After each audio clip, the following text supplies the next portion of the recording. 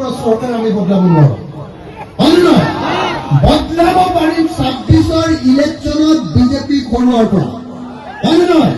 সেইকাৰণে মই সয়নে সপোনে এটাই দেখি আছো যে 26ত মোমাই আৰু চাচা আৰু মামা এই দুইজনক মই সদায় সপোনত দেখি থাকো যে দুইজনক ৰছীৰে চকীৰে সৈতে বান্ধিছো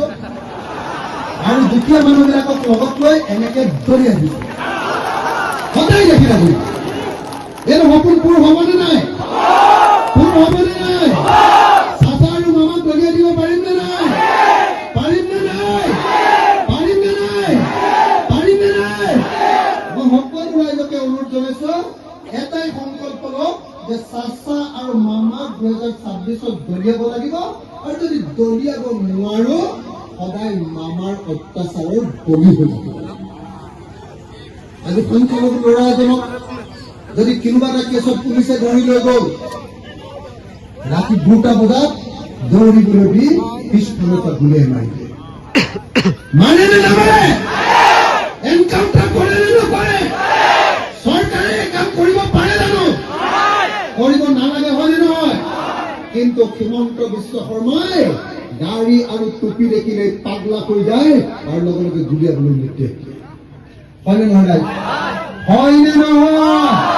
হয়নে নহয় গতিকে এই অসম আমি বদলাব লাগিব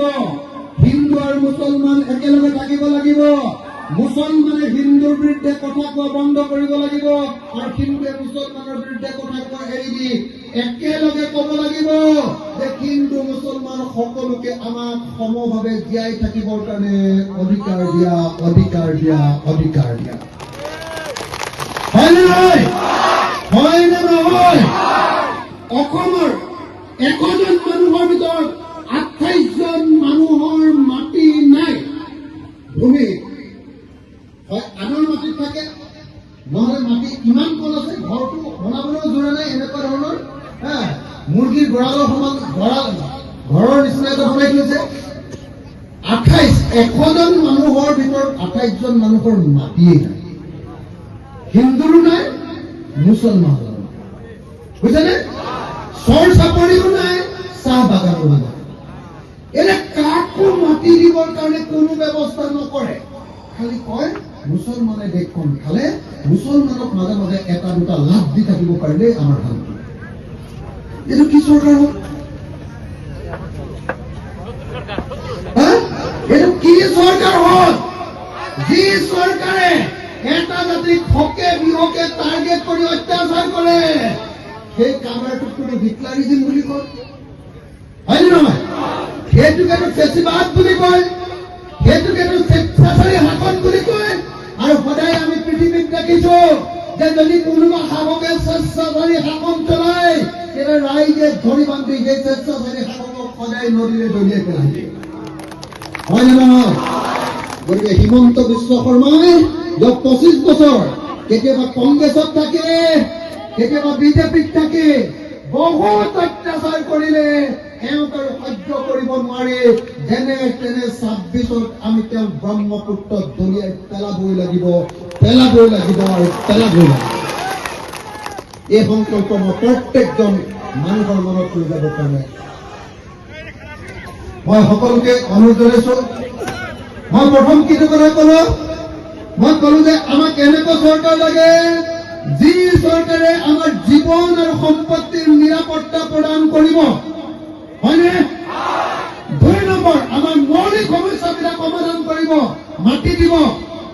বানপানীৰ পৰা ৰক্ষা কৰিব দলং দিব ৰাস্তা দিব স্কুল দিব আৰু হস্পিটেল দিব এইকেইটা বস্তু যদি কোনোবা চৰকাৰে দিব নোৱাৰে তেতিয়াহ'লে সেই চৰকাৰৰ লগত আমি নাই হয়নে নহয় হয়নে নহয় হয়নে নহয় আৰু এই কথাটো সদায় মুছলমান হৈ থাকিব কাৰণে সদায় ভয় কৰি থাকিব লাগিব মুছলমান হৈ থাকিব কাৰণে সদায় ভয়ে ভয়ে খালি কংগ্ৰেছকে ভোট মাৰি থাকিব লাগিব কাৰোবাৰ ভোট বেংক হৈ থাকিব লাগিব এনেকুৱা নহয় সত্যৰাই স্পষ্ট ৰূপত এটা কথা কৈ দিয়ক বিজেপিক যেনেকৈ উফৰাম বুলি কৈছো কংগ্ৰেছকো স্পষ্ট ৰূপত কৈ দিয়ক যে তোমালোকে যোৱা ৭৭ বছৰ শাসন কৰাৰ পাছতো মুছলমান মানুহক কিয় মাটিৰ পট্টা নিদিব? কিয় নিদিব?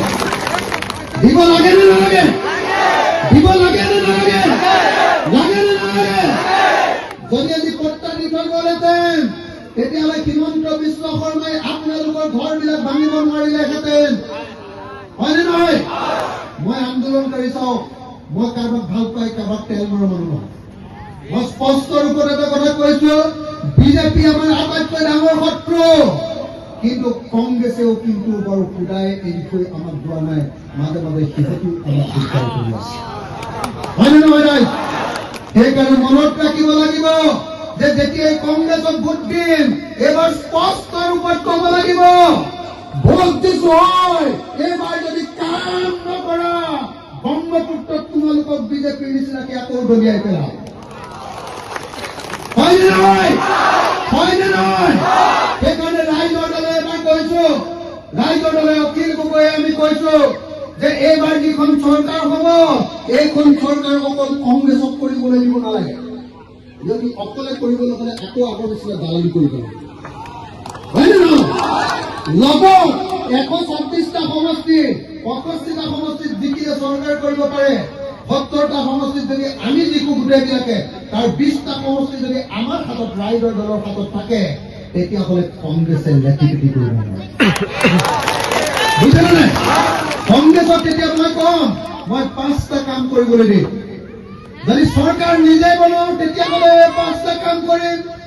আৰু যদি চৰকাৰ আনৰ লগত বনাও তেতিয়াহ'লে 5টা কাম কৰিবলৈ মই সেই চৰকাৰক বাধ্য কৰিম, আৰু যদি সেই 5টা কাম নকৰে তেতিয়াহ'লে সেই চৰকাৰকো এদিনৰ ভিতৰতে বিৰাই দিম।